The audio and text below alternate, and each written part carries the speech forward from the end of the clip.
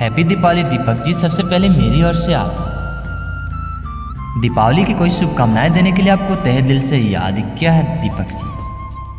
Please phone उठा लीजिए ना। Mister Deepak please pick up the call. Deepak ji, Deepawali की कोई शुभकामनाएं देने के लिए आपको बहुत ही देर से कॉल कर रहा है, कृपया बात को समझिए, फोन उठाइए जी। Mister Deepak please pick up the call.